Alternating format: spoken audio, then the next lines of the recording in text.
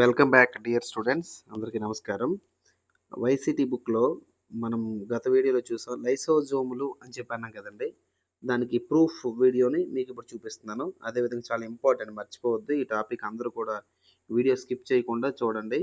గుర్తుపెట్టుకోండి, ఏ ఒక్క వీడియో కూడా పనికిరాని కంటెంట్ అనేది ఎక్కడ ఉండదు. ప్రతి వీడియో కూడా చాలా ఇంపార్టెంట్ డేటా చెప్తున్నాను. మీరు మనసు పెట్టి జాగ్రత్తగా వింటే ఎగ్జామ్ హాల్లో ఈ క్వశ్చన్స్ కనిపిస్తాయి. చాలా జాగ్రత్తగా గుర్తుపెట్టుకోండి. ఓకేనా? ఇప్పుడు మనం చూస్తున్నటువంటి డయాగ్రాము వృక్ష కణం, దాన్ని ప్లాంట్ సెల్ అంటారు. ఇందులో వేరు వేరు పార్ట్స్ ఉన్నాయి. కొన్ని క్లోరోప్లాస్ట్ అని, న్యూక్లియస్ అంటే కేంద్రకం అని, గాల్జీ కాంప్లెక్స్ అని రకరకాల పార్ట్స్ ఉన్నాయి. ఇవన్నీ కూడా మన 9th క్లాస్ సెల్ అనే పాఠంలో మనం నేర్చుకుందాం. ఓకేనా?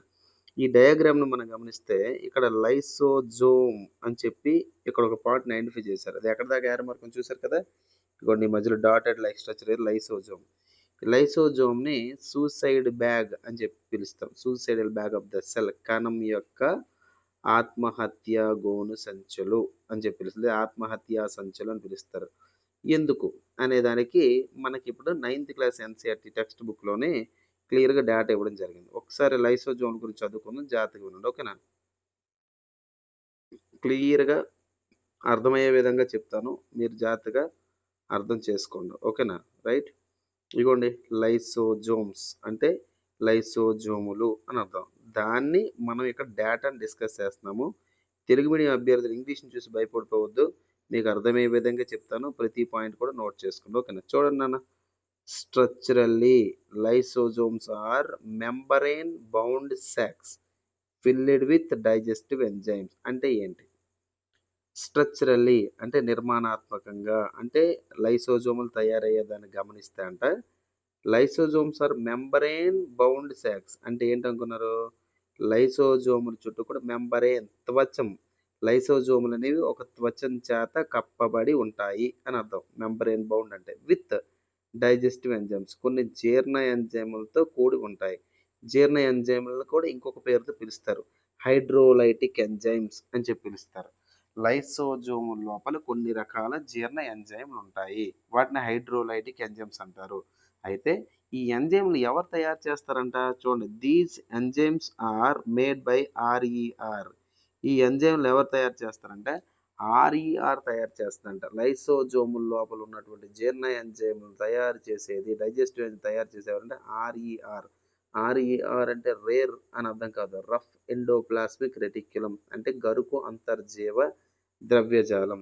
అది ఎక్కడ ఉంటుంది సరే? కణంలో ఉంటుంది. మీకు డయాగ్రామ్లో ఒక్కసారి మీకు చూపిస్తాను. ఇక్కడ రైబోజోమ్స్ని మీరు గమనిస్తే ఆటోమేటిక్గా మీకు అర్థమైపోతుంది. ఓకే, రైబోజోమ్స్ ఇగోండి. ఇక్కడ రైబోజోమ్స్ని రెండు చుక్కల్లా ఇచ్చి దానికి ఇక్కడ రైబోజోమ్ ఐడెంటిఫై చేశారు కదా. ఇగోండి రైబోజోమ్స్. ఈ రైబోజోమ్స్ అనేటివి ఏవైతే ఉన్నాయో, ఓకేనండి, ఈ రైబోజోమ్స్ అనేవి ఒకవేళ కణం చుట్టూగానే ఉంటే గుర్తుపెట్టుకోండి, కణం చుట్టూ కానీ రైబోజోమ్లు ఉంటే దాన్ని ఏమంటామంటే, ఇక్కడ చూడండి జాగ్రత్తగా మీరు చూస్తే ఈ స్ట్రక్చర్ని ఇక్కడ ఎక్కడ రఫ్ ఎండోప్లాస్మిక్ రెటిక్యులం ఇచ్చాడా? ఎస్ ఇచ్చాడు. చూడండి ఇక్కడ కణం చుట్టూ కూడా కొన్ని నిర్మాణాలు కనబడుతున్నాయండి. కణం చుట్టూ కొన్ని నిర్మాణాలు కనబడుతున్నాయి. ఇవ్వండి ఇవి ఇవి వీటి మీద ఒకవేళ ఈ చుక్కల్లో ఉన్న చూసారా, ఈ చుక్కల్లో ఉన్న రైబోజోమ్లు ఒక రైబోజోమ్లు కానీ ఉంటే వాటిని ఏమని పిలుస్తారంటే రఫ్ ఎండోప్లాస్మిక్ రెటిక్యులం, ఆర్ఈఆర్ అని పిలుస్తారు. గరుకు అంతర్జీవ ద్రవ్యజాలం అంటారు. ఓకేనా? అంతర్జీవ ద్రవ్యజాలం మీద అంటే ఎండోప్లాస్మిక్ రెటిక్యులం మీద ఇలా చుక్కలు ఉంటే అదే ఆర్ఈఆర్. చుక్కలు లేకపోతే ఎస్ఈఆర్, స్మూత్ ఎండోప్లాస్మిక్ రెటిక్యులం, నునుపు అంతర్జీవ ద్రవ్యజాలం ఉంది. ఓకేనా? ఇప్పుడు పాయింట్కి వద్దాం. ఇక్కడ లైసోజోముల దగ్గర మనకి ఏం మెన్షన్ చేశాడు? ఓకేనమ్మా. సో చూడండి, మనకి ఇక్కడ structurally lysosomes are membrane bound sacs filled with digestive. Next, these enzymes are made up by RER. RER అని మీకు ఇప్పుడు అర్థమైంది కదా, రఫ్ ఎండోప్లాస్మిక్ రెటిక్యులం అని. Lysozymes are a kind of waste disposal system of the cell. ఇది important. కణం లోపల ఉన్నటువంటి, ఓకేనా, కణం లోపల ఉన్నటువంటి వ్యర్థ పదార్థాలను తొలగించడంలోని ప్రధాన పాత్ర పోషించేవి ఎవరు అంటే లైసోజోములు అని చెప్పి పిలుస్తారు. ఏమని పిలుస్తారండి? లైసోజోములు అని చెప్పి పిలవడం జరుగుతుంది. సో లైసోజోములు అనేవి ఏవైతే ఉన్నాయో ఒక రకంగా వ్యర్థ పదార్థాలు తొలగించే వ్యవస్థగా మనం చెప్పొచ్చు. ఎందుకంటే ఆల్రెడీ ఈ వైసీటీ బుక్లు వీటి చెప్పినప్పుడు చాలా క్లారిటీగా చెప్పాను. ఓకేనా? చూడండి ఏంటి these help to keep the cell clean by digesting any foreign material as well as worn out cell organelles. ఈ బిట్ చాలా ఇంపార్టెంట్ అండి. ఈ లైసోజోమ్లు అనేవి ఏం చేస్తాయంట, లైసోజోమ్లు ఏం చేస్తాయి, these help to keep the cell clean. కణం అనేది ఏదైతే ఉందో పరిశుభ్రంగా ఉండేటట్టు చేస్తాయి. ఎలా అంటే బై డైజెస్టింగ్, జీర్ణం చేస్తాయి. ఎవరిని జీర్ణం చేస్తాయి? Foreign material. బయట నుంచి ఏదైనా సూక్ష్మజీవులు వెళ్తే బయట నుంచి వెళ్ళే సూక్ష్మజీవులు ఫారిన్ మెటీరియల్స్ అంటారు. ఓకేనా? అవేమైనా వెళ్తే కనుక వాటిని డైజెస్ట్ చేస్తుంది అనమాట. చేయడం ద్వారా కణాన్ని క్లీన్గా ఉంచుతుంది. అదేవిధంగా foreign materials entering into the cell.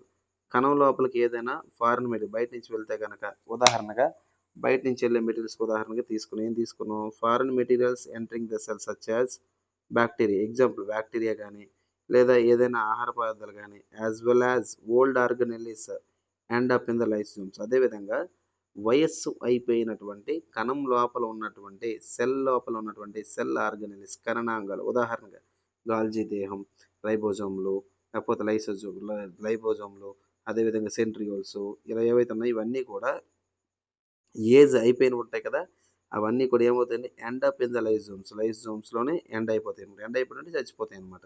ఎందువల్ల అండి, ఎందువల్ల మీకు డైజెస్టివ్ ఎంజైమ్స్, జీర్ణ ఎంజైమ్లు ఉంటాయని చెప్పిన అందువల్ల. ఓకేనా? నెక్స్ట్ దీని తర్వాత which break complex substances into simpler.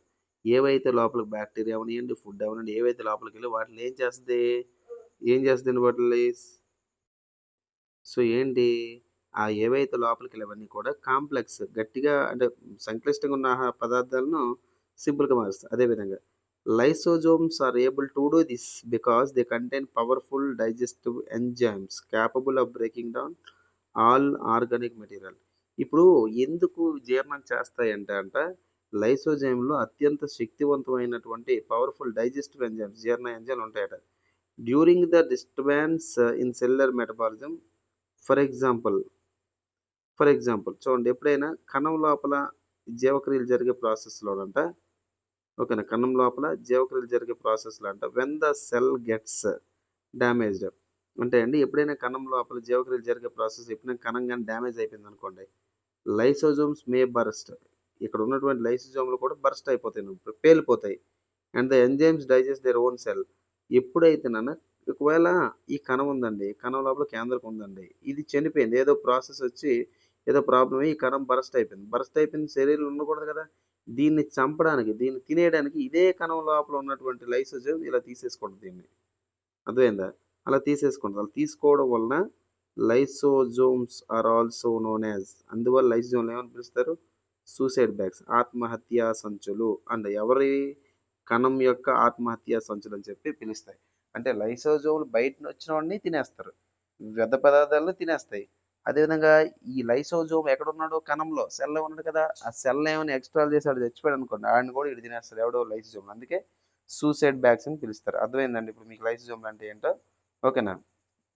ఈ వైసీటీకి సంబంధించినట్టు ప్రీవియస్ ఇయర్ క్వశ్చన్స్ 2000 క్వశ్చన్స్కి పైగా ఉన్నాయి బయాలజీ. ఇవి కూడా మనం కోర్స్ లాంచ్ చేసాం 99 రూపీస్కి 1 ఇయర్ వ్యాలిడిటీతో. తర్వాత ఇది 199 విత్ ఇన్ 1 డేలో అయిపోతుంది. ఎవరికైనా కావాలంటే మీరు తీసుకొచ్చి వైసీటీ సిరీస్ సంబంధించి. ఓకే, తెలుగు మీడియం అభ్యర్థులకు ఈజీగా అర్థమయ్యే విధంగా ఎక్కడైనా మీ కాన్సెప్ట్ అవసరమైతే ఆ బిట్టి కాన్సెప్ట్ కూడా ఎన్సీఆర్టీ టెక్స్ట్ బుక్ ఓపెన్ చేసి చెప్పాను ఆల్రెడీ, గత వీడియో మీరు చూడండి, మీకు క్లియర్గా అర్థమవుతుంది. ఓకేనమ్మా, right, thanks for watching this video, thank you very much.